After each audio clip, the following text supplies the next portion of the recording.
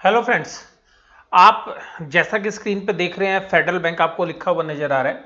मैं आपके साथ जो आज कोई रिजल्ट एनालिसिस नहीं कर रहा हूं, बल्कि मैं आपके साथ जो है 5 ऐसे बैंक्स जो मिड साइज के प्राइवेट सेक्टर बैंक हैं उनका एनालिसिस कर रहा हूं, और उसमें से जो है बेहतरीन पिक जो है हम ढूंढने की कोशिश कर रहे हैं कि कौन सा शेयर्स आप ले सकते हैं।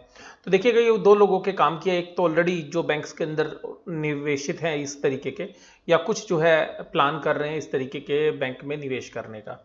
और सीधी सी बात यह है कि मैं, हालांकि अभी सेक्टर के ऊपर जो है मुझे थोड़े से डाउट्स हैं कोविड-19 की वजह से, तो मैं अभी इस सेक्टर के ऊपर बुलिश नहीं हूं। लेकिन एज ए एनालिसिस्ट मैं आपके साथ जो है यहाँ पर इन 5 बैंकों के बारे में आपके साथ बात करूंगा। तो पहला बैंक है फेडरल बैंक, दूसरा सिटी यूनियन, तीसरा आरबीएल, चौथा डीसीबी और पांचवा है करूर वैश्य बैंक। और इसके अलावा जो है हम इनका एक कंपेरेटिव एनालिसिस भी जो है यहाँ पे करेंगे आपके साथ। तो देखिएगा, सबसे पहली बात है कि जो फेडरल बैंक है, ये जितने भी बैंक मैंने आज आपके साथ डिस्कस किए उनमें सबसे बड़ी मार्केट कैपिटलाइजेशन वाला बैंक है। आप में से बहुत सारे लोगों को ये भी हो सकता है कि सर आपको आईडीएफसी फर्स्ट बैंक लेना चाहिए था, लेकिन आईडीएफसी फर्स्ट बैंक एक तो साइज में बहुत बड़ा है और पीछे भी उसके ना प्रॉफिट्स नहीं थे, क्योंकि वो भी आगे चल के होंगे, तो इसलिए मैंने आईडीएफसी फर्स्ट बैंक को जो है इनकॉर्पोरेट नहीं किया, और सिमिलर रीजंस के ऊपर बंधन बैंक को भी। लेकिन आगे की कभी वीडियोस जो मैं अभी शेयर करूंगा इस टॉपिक से रिलेटेड, वो किसी और दूसरी हेड के साथ हम डिस्कस करेंगे। तो देखिएगा, फेडरल बैंक का जो शेयर है इसके अंदर आप ध्यान से समझिएगा कि ये बैंक जो है धीरे धीरे धीरे धीरे करके ग्रो करता जा रहा है। बहुत अच्छी जो है डिविडेंड यील्ड भी रही, और आज से करीबन 2-3 साल पहले तक जो है ये मेरे पोर्टफोलियो में भी रहता था, और ये एक अच्छी रिटर्न्स जो है वो देता था, और बहुत अच्छे जो है मूवमेंट्स इसके अंदर हमने देखे।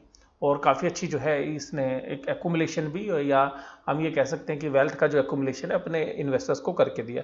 लेकिन अभी ये शेयर्स जो है 50 और 60 की लाइन के बीच में जूझ रहा है, और मार्च की पिटाई के बाद जो है ये बैंक अभी नहीं संभल पाया है।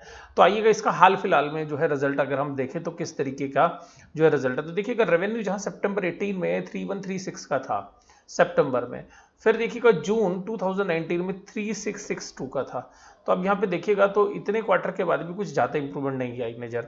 फिर देखिएगा मार्च 20 के अंदर इसकी 422.9, तो यहाँ पे भी आप देखिएगा एक साल के अंदर जो है यहाँ पे कुछ इंप्रूवमेंट आपको ऐसी लगेगी परसेंटेज टर्म्स के अंदर भी, और इसमें भी कि करीबन करीबन ये 15% के आसपास जो है अपने इनकम्स में ग्रो करते हैं। लेकिन जून क्वार्टर में घट गया, और देखिएगा जून में, हालांकि घटने का रीज़न भी आप लोग जानते हैं कोविड की वजह से, लेकिन बैंकिंग के अंदर प्रेशर था तो जो टोटल रेवेन्यूज थे वो कम आने थे, क्योंकि अदर इनकम का जो पोर्शन है वो कंट्रीब्यूट नहीं कर रहा था।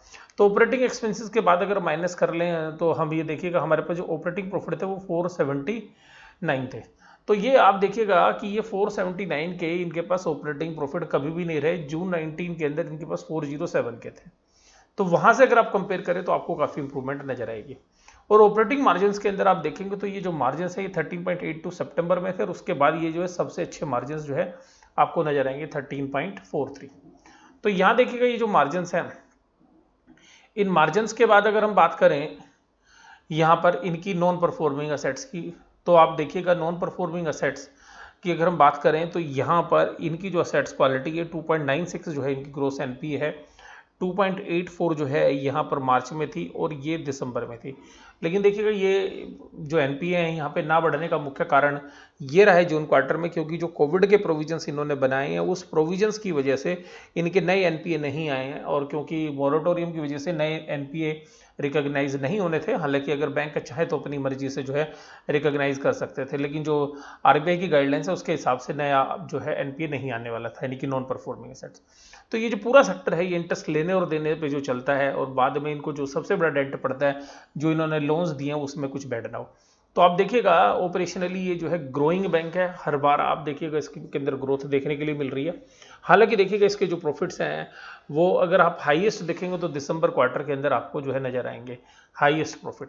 तो उसके बाद देखिएगा प्रॉफिट जो है मार्च क्वार्टर में एकदम तेजी से गिर गए, और देखिएगा उसका खामियाजा शेयर प्राइस को भी भुगतना पड़ा। उसके बाद हालांकि इस क्वार्टर में प्रॉफिट अच्छे थे, लेकिन मार्केट क्योंकि असेट्स क्वालिटी के संबंध में जो है डाउट कर रही थी, तो ये फेडरल बैंक से संबंधित चीजें थी।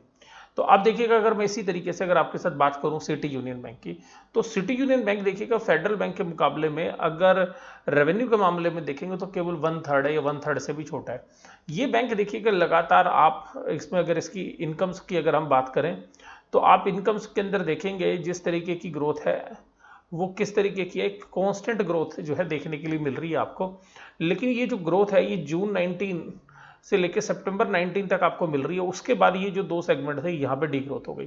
तो दिसंबर 19 और मार्च 20, और हालांकि जून के रिजल्ट अभी हमारे पास है नहीं इसको उपलब्ध, लेकिन यहाँ पे एक जो चौंकाने वाली जो चीज़ थी, ये मार्च क्वार्टर के अंदर इनकी जो नॉन परफॉर्मिंग एसेट्स है अचानक 4.09% हो गई।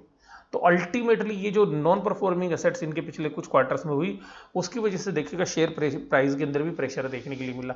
नहीं, ये बैंक तो बहुत अच्छी प्रीमियम वैल्यूएशन जो है ट्रेड करता था, और इसको जो है साउथ इंडिया का एचडीएफसी बैंक माना जाता था।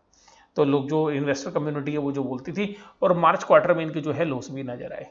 तो अल्टीमेटली ये जो एक बेहतरीन बैंक, बेहतरीन मैनेजमेंट की जो है बैंक है, लेकिन साइज में छोटा था, इसने मार्च क्वार्टर में जो है लॉस रिपोर्ट किए। लेकिन देखिएगा अगर यहाँ पर अगर आप मार्जिन्स की बात करेंगे तो ऑपरेटिंग मार्जिन्स जो है इनके यहाँ पे इस पिछले 3 क्वार्टर के अंदर जो घट गए, जो करीबन 20% के आसपास के क्वार्टर है, जो 20% के ऑपरेटिंग मार्जिन्स होते थे, वो यहाँ पे जो है घटते हुए नजर आए। तो यानी कि प्रेजेंट के अंदर इसकी परफॉर्मेंस के अंदर एक वीकनेस देखने के लिए मिली। एक तो ऑपरेटिंग मार्जिन इनके खत्म हो गए, और दूसरी बात क्या हुई कि नॉन परफॉर्मिंग एसेट्स जो है आपको देखने के लिए वीक मिली। तो अगर आज की डेट में फेडरल बैंक के साथ इसको कंपेयर करूं, तो यहां से आपको फेडरल बैंक में ज़्यादा कंफर्ट नजर आएगा अगर वैल्यूएशंस की भी बात करें, क्योंकि वो पी रेशियोज में बात करेंगे। अगला जो बैंक है वो आरबीएल बैंक है। ये भी मिड साइज का बैंक है, ऊपर के प्राइस से एकदम जो है करीबन 550-600 रुपये पर ट्रेड करने वाला बैंक आज ये जो है करीबन 180 रुपये के आसपास जो है ट्रेड कर रहा है। और इसका भी रीजन आपके सामने कि देखिएगा इसकी जो ऑपरेटिंग मार्जिन है वो इतने नहीं थे जितने इसको जब वैल्यूएशंस मिलती थी। जब वैल्यूएशंस मिलती थी तब इसके ऑपरेटिंग मार्जिन थे 8-9-6% के आसपास। दिसंबर के अंदर देखिएगा इसको 19 में 10.75, और अब देखिए 11.56। और जून क्वार्टर में इसके जो मार्जिन बढ़े हैं उसकी वजह से आप देखिएगा शेयर प्राइस के अंदर भी जो है जंप आपको देखने के लिए मिला। तो अल्टीमेटली इसका जो जंप है वो इस जून क्वार्टर के रिजल्ट के बाद है। तो वहां से देखिएगा करीबन 60 से 65% ये शेयर चल चुका है। और रीजन आपको ये भी नजर आएगा कि यहाँ पर इसके जो प्रॉफिट्स हैं जो मार्च क्वार्टर में बिल्कुल खराब हो गए थे, और दिसंबर क्वार्टर में जब इसके प्रॉफिट बिल्कुल साफ हुए थे, जब इस शेयर की बहुत तगड़ी पिटाई हुई थी, तो वहां से देखिएगा जो दिसंबर क्वार्टर के बाद फिर प्रॉफिट डबल से ज्यादा इन्होंने कर दिए। तो असेट्स क्वालिटी के जो कंसर्न है वो एकदम यहाँ पर आए थे। देखिएगा जून 19 तक इसकी जो नॉन परफॉर्मिंग असेट्स थी, ग्रोथ एनपीए थी वो 1.38 थी, और नेट एनपीए 0.65 थी। यानी कि इसकी क्वालिटी भाई साहब एकदम बढ़िया मानी जाती थी। और जैसे ही ये क्वालिटी इसकी खराब हुई, और देखिएगा ग्रोस एनपीए 2.6, फिर 3.33, फिर 3.62 और 3.45, और ये जो असेट्स क्वालिटी इसकी खराब हुई और मार्केट ने इसको प्रीमियम वैल्यूएशन देने बंद कर दिए। और ये शेयर देखिएगा कहाँ 600 रुपये से जो है इसने टूटना शुरू हुआ, और करीबन 110-115 रुपये तक के जो है लो इसने लगाए। और देखिएगा उसके बाद अगर इसकी नेट एनपीए भी बात करें तो ये 2% में चली गई, जो कभी 1% से नीचे रहती थी। अगर आप पास्ट में देखिएगा 18 में और 19 में आप देखिएगा 1% भी नहीं थी। तो अल्टीमेटली क्या हुआ कि रीसेंट पास्ट के अंदर जो खराबी आई है इसके बिजनेस में, वो जो है इसके शेयर प्राइस में गिरावट का मुख्य कारण रही। और देखिएगा हम ये भी मान रहे हैं कि ये सेक्टर जो है अभी पेनफुल है। तो आप देखिएगा जैसे जैसे नज़दीक का पीरियड देखेंगे वहीं पे आपको सारे बैंकों की परफॉर्मेंस जो आपको खराब नजर आएगी। देखिएगा ये राकेश झुनझुनवाला जी के पोर्टफोलियो का शेयर हुआ करता था, मैं डीसीबी बैंक की बात कर रहा हूँ, करूर वैश्य बैंक जो है उनके पोर्टफोलियो का पार्ट होता था। तो वो हम डिस्कस करेंगे थोड़ी देर बाद। तो देखिएगा मैं सबसे पहले आपको जो है डीसीबी बैंक की बात करूँगा। तो जो डीसीबी बैंक है, अब डीसीबी बैंक के अंदर क्या है कि डेवलपमेंट क्रेडिट बैंक जो है ये साइज में बहुत बड़ा बैंक नहीं है, जैसा कि आप लोग जानते भी। तो ये भी जो है आप देखिएगा 1000 करोड़ के आसपास की जो है रेवेन्यू जनरेट करता है। इसके मार्जिन भी देखिएगा, ये सब मार्जिन जो है 9-10% के आसपास जो है 18-19 में थे। और अब देखिएगा यहाँ पे पिछले 2 क्वार्टर के अंदर मार्जिन जबरदस्त हो गए हैं। यानी कि अब जो मार्जिन है मार्च के अंदर और 13% हुए जून के अंदर। तो यहाँ बेहतरीन परफॉर्मेंस, जहाँ पे सब लोगों की खराब आ रही थी, इनकी जो है बेहतरीन परफॉर्मेंस आई। लेकिन प्रॉफिट के फ्रंट पे, क्योंकि प्रोविजंस बहुत ज़्यादा बने हैं, तो प्रॉफिट के फ्रंट पर आपको अच्छा नहीं लगेगा। मार्जिन्स तो बड़े हैं लेकिन असेट्स क्वालिटी जो है खराब हुई है। तो आप देखिएगा यहाँ पर भी जो है 17-18 के अंदर आपको यहाँ पर जो ग्रोस एनपीए 2% से नीचे थे, वो पिछले 4 क्वार्टर के अंदर अब देखिएगा 2% से ऊपर है। और नेट एनपीए भी जो 1% से नीचे होते थे 19 तक, और वो सितंबर 19 के बाद देखिएगा वो 1% से ऊपर आ गए हैं।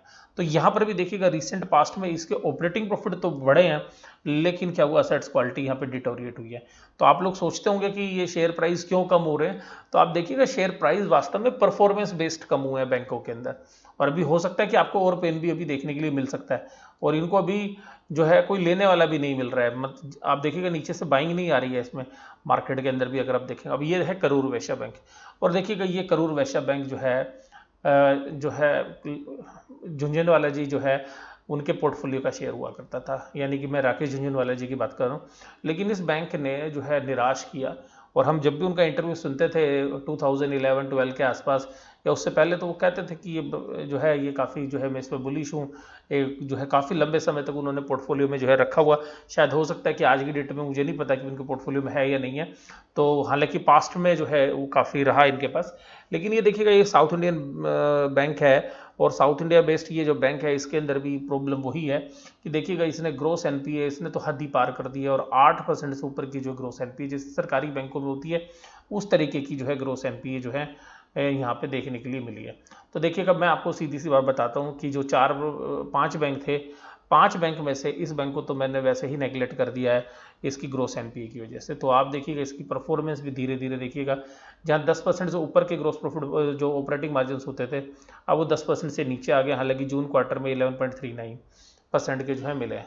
तो देखिएगा ये जो बैंक है इसको तो हमने जो है रिजेक्ट ही कर दिया है, क्योंकि ग्रोस जो एनपी हैं उसकी वजह से। और दूसरी बात क्या है कि यहाँ पर अगर कोविड के बाद जो अगर कोई और समस्या आती है तो ये बैंक जो है और परेशानी कर सकता है। तो अल्टीमेटली 5 में से हमने कितने बैंक जो है ख़त्म कर दिए हैं, 5 में से एक बैंक हमारा ख़त्म हो गया। तो बाकी जो 4 बैंक है उसका अगर हम एनालिसिस करें तो देखिएगा, तो हमने एक बैंक को तो हटा ही दिया, और वो बैंक कौन सा है, वो बैंक है करूर वैश्य बैंक। तो करूर वैश्य बैंक जो है वो हमने क्या कर दिया है, करूर वैश्य बैंक को हमने हटा दिया है।